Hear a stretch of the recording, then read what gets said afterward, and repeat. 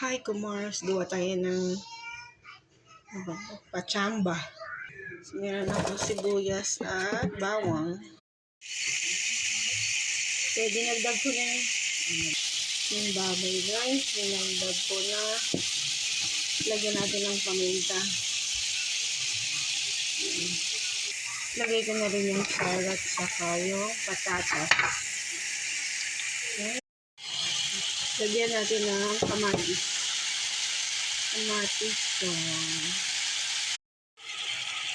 lagyan natin ng toyo.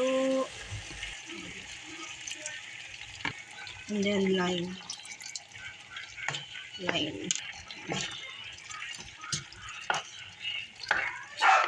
And then may konting tubig. Then pakuluan. Ilagyan ko ng green peas and bell pepper. Then konti na lang. Luto na. Okay, tapos na, Kumars, ang ating ulam.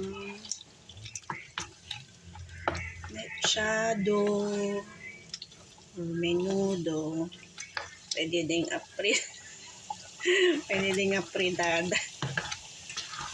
Okay, kain tayo, Kumars. Salamat. Happy Father's Day.